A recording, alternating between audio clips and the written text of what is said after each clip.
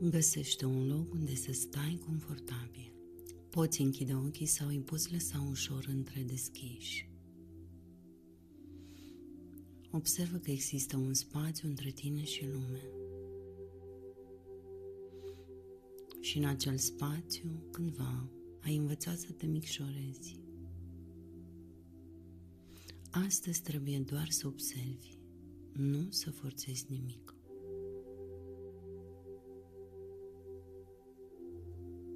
Adu ușor atenția în tălpi.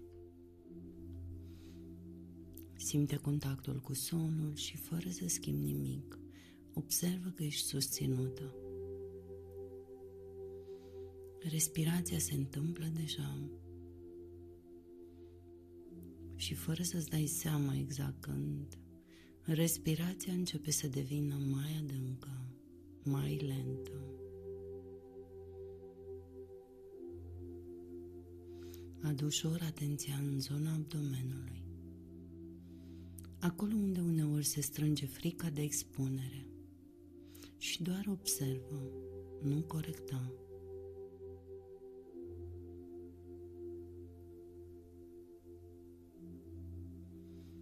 Mută atenția în zona pieptului, acolo unde este spațiul care știe cum este să fie văzut și cum este să fie ignorat. Și doar respiră în acel spațiu.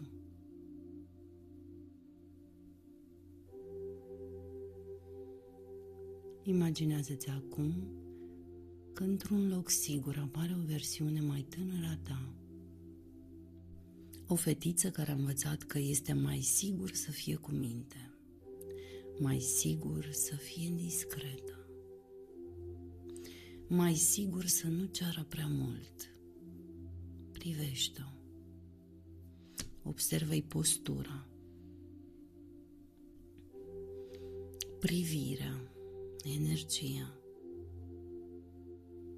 Poate că stă puțin retrasă, poate așteaptă. Și fără să-i spui ce să facă, doar privește-o cu o căldură diferită. Doar observă fără să schimbi nimic. Vindecarea începe când cineva vede.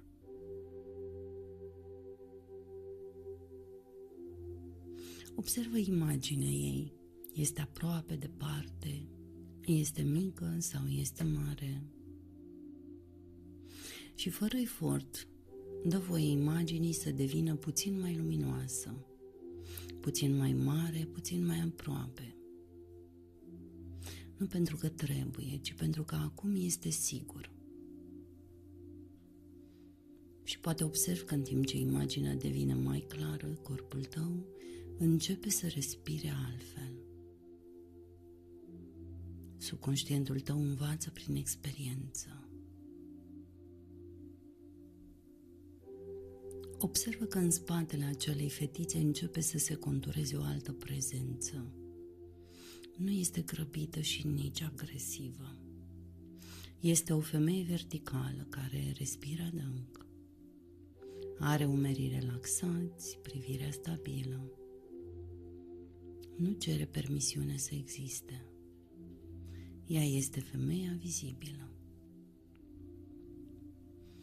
Nu este zgomotoasă, este prezentă. Observă cum stă, cum respiră, cum ocupă spațiul. Unde simți energia ei în corpul tău? Poate în piept, în gât, în coloană. Poate simți o verticalitate fină, o stabilitate caldă, o siguranță fără agresivitate. Adu acum în minte o situație în care te-ai micșorat și observă imaginea. Poate te vezi vorbind mai încet, ezitând, cerându-ți scuze. Și imaginează-ți că femeia vizibilă pășește în acea scenă.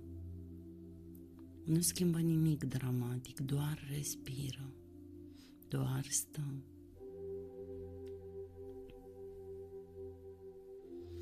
Și poate spune simplu, este sigur să fiu aici. Observă cum se schimbă scena. Poate postura se modifică, vocea devine mai stabilă. Culoarea imaginii se intensifică.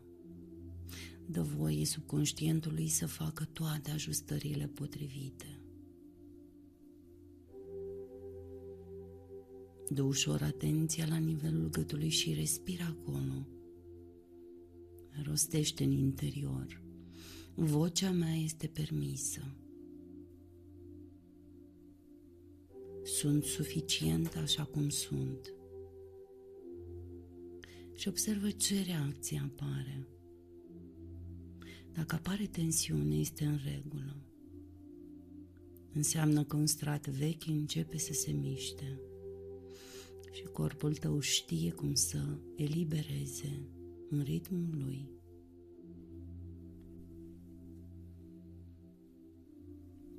Și poate că nu știi acum când vei începe să te miști diferit. Poate într-o conversație banală, într-un moment în care vei spune un adevăr mic, fără explicații. Și într-o zi vei observa că nu te-ai mai micșorat și nici nu a fost nevoie să devii altcineva. Subconștientul tău învață acum că vizibilitatea nu este pericol, este prezență. Adu o mână pe piept și o mână pe abdomen. Inspira adânc și simte verticalitatea.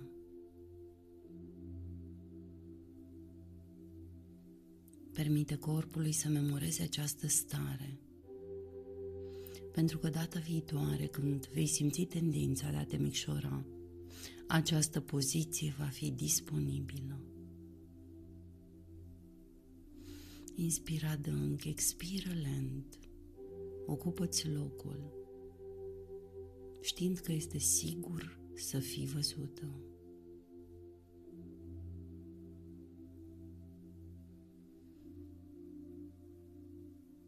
Inspiră, expiră, revină cu atenția în spațiu, deschide încet ochii și observă corpul. Observă respirația, nu ai devenit mai mult. Ai încetat să te reduci. Femeia vizibilă nu cere aplauze, ea doar există.